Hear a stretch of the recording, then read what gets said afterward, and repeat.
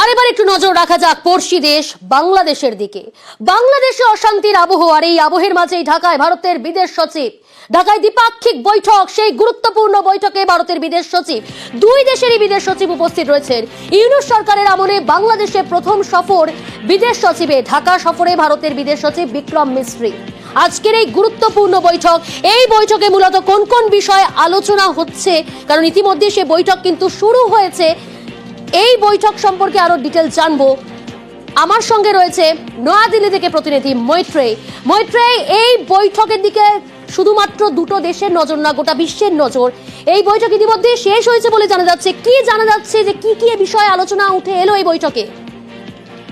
দেখো, এখনো পর্যন্ত যেটা জানা যাচ্ছে যে এই বৈঠক, যে দ্বিপাক্ষিক বৈঠকে উপস্থিত ছিলেন ভারতের বিদেশ সচিব বিক্রম মিস্ত্রি এবং তার কাউন্টার পার্ট অর্থাৎ বাংলাদেশের বিদেশ সচিব জসিমউদ্দিন, তাদের মধ্যে বিস্তারিত আলোচনা হয়, দ্বিপাক্ষিক সম্পর্কের বিষয়ে আলোচনা হয়। এবং এখনো পর্যন্ত যদিও ভারত বাংলাদেশ সম্পর্কের মধ্যে যে মূল এজেন্ডাগুলি ছিল, অর্থাৎ দুদেশের বাণিজ্য, জলবন্টন এবং তার সঙ্গে সঙ্গে বর্ডার ম্যানেজমেন্ট, এই বিষয়গুলির সঙ্গে সঙ্গে ভারতের তরফ থেকে হিন্দু সহ অন্যান্য সংখ্যালঘুদের উপর হামলার বিষয়, তাদের যে মতামত সেটা উত্থাপন করার সম্ভাবনা ছিল। তবে এখনো পর্যন্ত এই বিষয়ে কতটা আলোচনা এগিয়েছে দুপক্ষের মধ্যে, সে বিষয়ে কোনো সরকারি বয়ান এসে পৌঁছায়নি। অন্যদিকে বাংলাদেশের তরফ থেকেও কিন্তু হাসিনাকে এক্সট্রাডিট করার, অর্থাৎ ভারত থেকে তাকে বাংলাদেশে নিয়ে আসার যে প্রস্তাব এবং তার ট্রায়াল শুরু করার প্রস্তাবও ভারতকে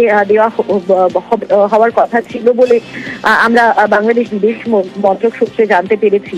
কিন্তু সে বিষয়েও এখনো পর্যন্ত বাংলাদেশ সরকারের তরফ থেকেও, যে তদারকি সরকার রয়েছে তাদের তরফ থেকেও এ বিষয়ে কোনো চূড়ান্ত স্টেটমেন্ট এখনো দেওয়া হয়নি। তবে আমরা যেটা জানতে পারছি, একাধিক বিষয়ে দীর্ঘক্ষণ আলোচনা হয়েছে দুই পড়শি দেশের, এবং এই বৈঠক অত্যন্ত তাৎপর্যপূর্ণ। তার কারণ অগস্টে তদারকি সরকার দায়িত্ব নেওয়ার পর এই প্রথম সচিব পর্যায়ে এরকম কোনো বৈঠক হচ্ছে, এবং সেটাও বাংলাদেশে ঢাকায় পদ্মা গেস্ট হাউসে এই বৈঠক হয়।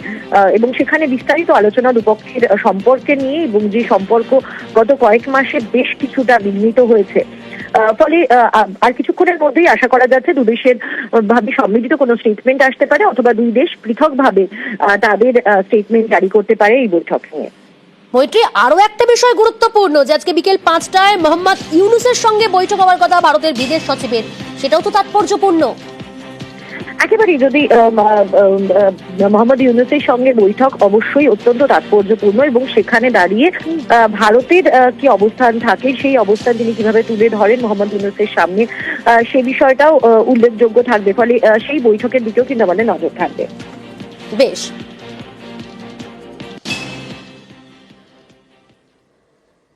বাংলাদেশের অশান্তি নিয়ে কি বলছেন আন্তর্জাতিক সম্পর্ক বিশেষজ্ঞরা? রাজনৈতিক ক্ষমতা দখল করতে বিরোধিতা ইশারা, অর্থনৈতিক দিক থেকে চাপেই বাংলাদেশ, ফলে দ্বিপাক্ষিক সুসম্পর্ক বজায় রাখতেই হবে বলে মত ঈশানী নস্করের। কট্টরপন্থীদের কলকাতা দখলের আজব আস্ফালনেই বা কি বলছেন ঈশানী, চলুন শুনে নেওয়া যাক। ঘোরতর একটা ভারত বিরোধিতার একটা পরিবেশ সৃষ্টি করা হচ্ছে। সেই পরিস্থিতিতে ভারত তার প্রতিনিধি অর্থাৎ বিদেশ সচিব যাচ্ছেন কথা বলতে। বাণিজ্য নিয়ে আলোচনা হবে, ভিসা নিয়ে আলোচনা হবে, যে মাইনরিটির প্রতি যে আঘাত আনা হচ্ছে এবং আবার সেটা পরিকল্পিতভাবে হচ্ছে, সেখানকার যে তত্ত্বাবধায়ক সরকার, সেই সরকার সেটাকে বন্ধ করতে বা তার বিরুদ্ধে কড়া পদক্ষেপ নিতে ব্যর্থ, সেই জায়গাটা আমার মনে হয় এই আলোচনার মধ্যে উঠে আসা উচিত। বিশেষ করে এই কূটনৈতিক একটা, আমি বলবো মানে একটা বিদ্বেষের বার্তার মতন দেখা যাচ্ছে, এইটার বিষয় আমার মনে হয় ভারতের আলোচনা করা উচিত, এবং সে আলোচনাটা থাকবে বলে আমি আশা করব।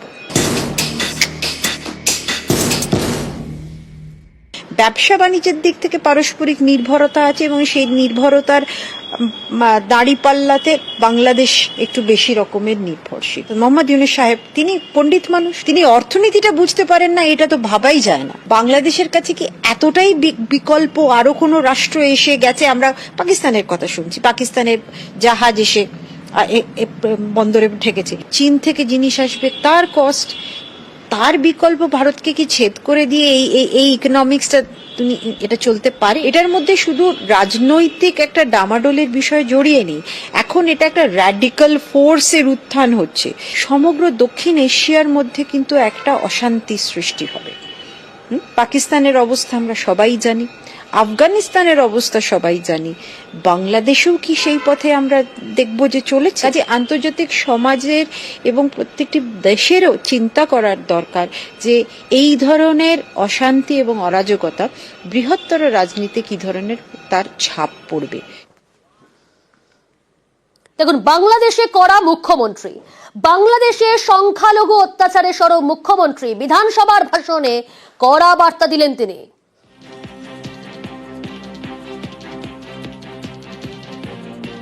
বাংলাদেশে আজকে সত্যি মাইনরিটিজের উপরে যে অত্যাচার চলছে সেটা আমরা কেউ ভালো চোখে দেখছি না। দাঙ্গাকারী কতিপয় সমাজ বিরোধী এবং যারা সমাজের বোঝা, আমরা সবাই যেন এমন কোনো মন্তব্য না করি যাতে আমাদের কোনো রকম পরিস্থিতি বাংলায় এটাকে নিয়ে খারাপ হয়। আমি দাঙ্গাটা চাই না, আমরা দাঙ্গা চাই না, শান্তি চাই, শান্তি ফিরে আসুক। ওপার বাংলার অশান্তি এপারে ছড়ানোর আশঙ্কা একটি দলের বিরুদ্ধে। ফেক ভিডিও ছড়ানোর অভিযোগ, অশান্তি ছড়াতে ফেক ভিডিও, অভিযোগ মুখ্যমন্ত্রীর। অপপ্রচারে পা না দেওয়ার বার্তা দিলেন মুখ্যমন্ত্রী। অনেকগুলো ফেক ভিডিও বাজারে চলছে, কোনো একটা পলিটিক্যাল পার্টির পক্ষ থেকে কিছু ফেক ভিডিও চালিয়ে আগুন লাগাবার চেষ্টা করা হচ্ছে। প্লিজ দয়া করে, অনুগ্রহ করে উভয় সম্প্রদায় এর থেকে বিরত থাকুন। যারা ভাবছেন এটা নিয়ে রাজনীতি করবেন তারা জেনে রাখুন, ওটা করতে গেলে আপনার রাজ্যেরও ক্ষতি হবে, ওখানেও যারা আমাদের বন্ধু বান্ধবরা আছে, ভাই বোনেরা আছে, তাদেরও ক্ষতি হবে। যদি কেউ বিচ্ছিন্ন করতে আসার চেষ্টা করে তাকে প্রতিরোধ করুন এবং সেক্ষেত্রে বাঁধ ভেঙে দিতে হবে। 4 দিনের মধ্যে কলকাতা দখল, সোশ্যাল মিডিয়ায় ঘুরছে একাধিক ভিডিও। বাংলাদেশে অবসরপ্রাপ্ত সেনাকর্তাদের মিছিল থেকে আজব হুঁশিয়ারি। নিজেকে অবসরপ্রাপ্ত সেনাকর্তা বলে দাবি করেছেন ওই ব্যক্তি। চট্টগ্রামের বদলে বাংলা বিহার দখলের ডাক বিএনপি যুগ্ম মহাসচিব রিজভিরও। এবার পাল্টা দিলেন বাংলার মুখ্যমন্ত্রী, রাজ্য সরকার বসে থাকবে না বলেই হুঁশিয়ারি দিয়েছেন তিনি। যারা কেউ কেউ বলছে বিহার দখল করব, উড়িষ্যা দখল করব, আমি বলি ভাই ভালো থাকবেন, সুস্থ থাকবেন, সুন্দর থাকবেন, কিন্তু এত বড় হিম্মত আপনাদের কেন কারণ নেই যে বাংলা, বিহার, উড়িষ্যা সব নিয়ে নেবেন আর আমরা বসে বসে ললিপপ খাবো? এটা ভাববার কোনো কারণ নেই। আমরা যথেষ্ট সচেতন নাগরিক এবং আমরা যথেষ্ট সক্রিয়, কিন্তু আমরা ধৈর্যের পরীক্ষা দিই। কাল কি বলছিলেন বাংলাদেশের সেনাকর্তা এবং রিজভি, শুনুন। আমি বলে দিচ্ছি ভারতকে যে ট্রেনিং আমরা নিয়েছি, যে যুদ্ধ আমরা করেছি, আমরা শুধু 2 লক্ষ সৈনিক না, আমাদের সাথে 18 কোটি জনগণ আছে। আমাদের ট্রেনিং, আমাদের দক্ষতা ভারতের চেয়ে অনেক বেশি। আমরা যদি একবার সাহস করে আমার দেশকে যুদ্ধ করবে, আমরা বলে দিচ্ছি 4 দিনের মধ্যে আমরা কলকাতা দখল করে নেব।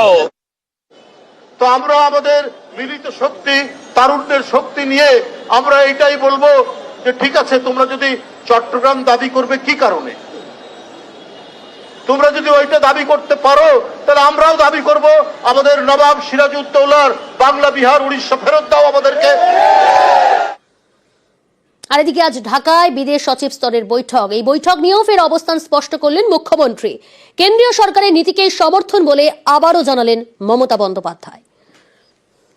বাংলাদেশের ব্যাপারে government of India, late government of India to decide. এই ব্যাপারে আমি পরিষ্কার বলি, এক্সটার্নাল অ্যাফেয়ার্সের ব্যাপারে উই নেভার ইন্টারফেয়ার। আমাদের দলের পলিসি হচ্ছে এবং আমাদের সরকারেরও, আমরা সবসময় এই ব্যাপারে গভর্নমেন্ট অফ ইন্ডিয়া যে গাইডলাইন্স দেয়, এক্সটার্নাল অ্যাফেয়ার্স যে গাইডলাইন্স দেয়, এটা কিন্তু আমরা মেনে চলি।